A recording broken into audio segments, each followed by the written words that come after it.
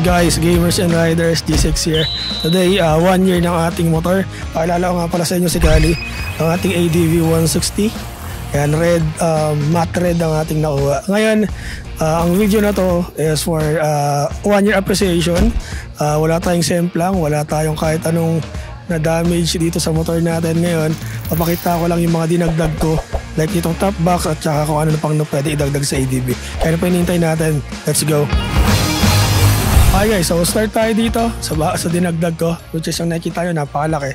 Ang ating top box ng Niura, 65 liters to. Kasya isang full at saka half face. Actually, ang laman nito puro raincoat. Actually, nag-try na ako dito. Puro tube ice, yellow, tubig, as in water talaga. Kayang-kaya niya naman.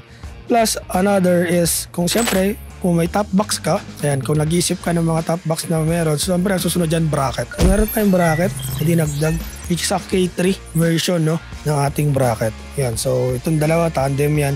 So far, so good. All goods na all goods. Next na upgrade natin guys, hindi mawawala, tire hugger. Tire hugger na to, kasi matalsik ang ADV. Lalo na ngayon, tag-ulan, month of August, yung ikot ng gulong natin, minsan tumatama sa OBR natin, natatalsikan ng putik, tsaka ang dumi na ito.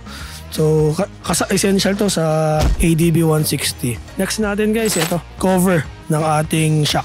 Shock cover na may ADV 160 red, syempre red tayo. So, next natin guys, of course, isa sa mga comfortable dapat is yung OBR natin. So, sa ngayon, wala pa tayo OBR. So, dito tayo, comfort seat tayo. Yung stock kasi niya medyo matigas eh. Kaya yun yung na-experience ko for a year. Sobrang tigas niya upuan at saka parang nag-slide ka pa harap. Okay? Hindi ko alam kung yun yung na-experience ng ibang may ADV 160, no? SEC ADV 160 camel seat. Okay? Next upgrade natin is yung tank pad. Lalo na ito, lagi natin ino-open. Siyempre magpapagas tayo. Lagi yung natatamaan or na baka mabakbak to. So nilagyan ko lang siya ng tank pad.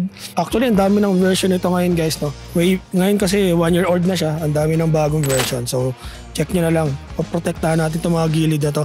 Kasi tumatama yan dito sa mga sapatos natin pag sasakay tayo dito pagka sa angkas natin or sa OBR natin. Punta naman tayo sa harap guys. Siguro unahin ko muna itong sa harap natin. Itong MDL, syempre hindi nawawala. Yung stock kasi na ilaw ng ADV, medyo mahina eh. That's why parang magpapa-MDL ka talaga. So dito, may abang ako mapapansin nyo. Next ko yung bracket. Nag-isip ako kung lagyan pa siya ng isa. Pero satisfied naman ako sa MDL. Okay na siya. Siyempre pag madilim, yun. Lalo na pagka naglo-long ride ka, yung ibang probinsya kasi guys, tawag nito, walang street lights. Lalo na nung nagdinggalan ride kami, so check nyo rin yun sa video natin sa susunod. So next upgrade natin guys is, syempre, sobrang secured na SEC moto supply cellphone holder natin. Sobrang tibay nito guys, tas pwede mo pang i-mount dito. Kung may GoPro ka, pwede mo iangat pa dito yan. Okay, nakaabang pa yan para parap sa'yo. Next upgrade natin guys, syempre yung MDL natin may busina yan, andito yung switch niyan. Okay, then ito, yung riser. Kuba kasi medyo matangkad kasi ako, I'm 6 foot flat or 5'12". Kailangan ko ng riser. Ito yun, kulay pula. Nakukuba kasi ako sa stock eh. So kaya ako nag-riser. Then ito yung switch ng ilaw, low at saka high. Ang high ko yellow, tapos meron tayong passing light. Then dito naman sa side na to, silinyador natin naglagay tayo nito. Kasi nakakapagod tas ito mas madali pag meron kayong ganito. Ayun ko lang, masanay ako. Self-preference naman yan. And then lastly, dito sa mirror natin, stock pa rin tong mirror ko. Pero naglagay lang ako na itong concave mirror. Parang worth 250, 300 lang yata ito. Ayan natin guys. And okay guys, so para alam nyo na 1 year na siya, dahil gala rin ako. Ito yung odometer niya for 1 year. August 16 ngayon, so ito yung odometer ng ADV 160 natin. So nasa 14,585 kilometers na yung nararan natin. So yung presyo nito guys, simulan natin siguro sa baba. Ito, 2.5 yata ito nabili. Tapos yung MDL ko nasa 3.5 din. Itong card, cellphone holder 900. Package kasi yung MDL eh, tsaka switch tsaka ilaw. Yung sa Bosch Europa, 3 to ata 2 to. Sa Shopee ko lang siya nakita. So check nyo rin, lalapag ko yung link. Sa tank pad naman, 1 to ata siya nabili.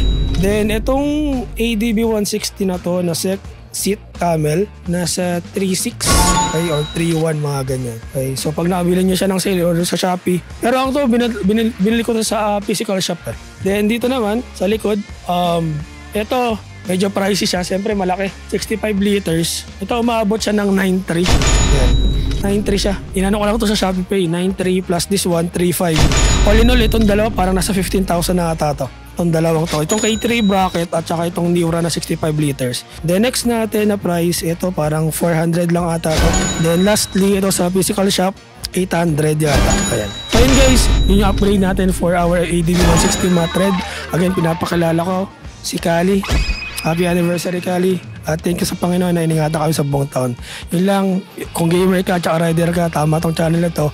Peace out.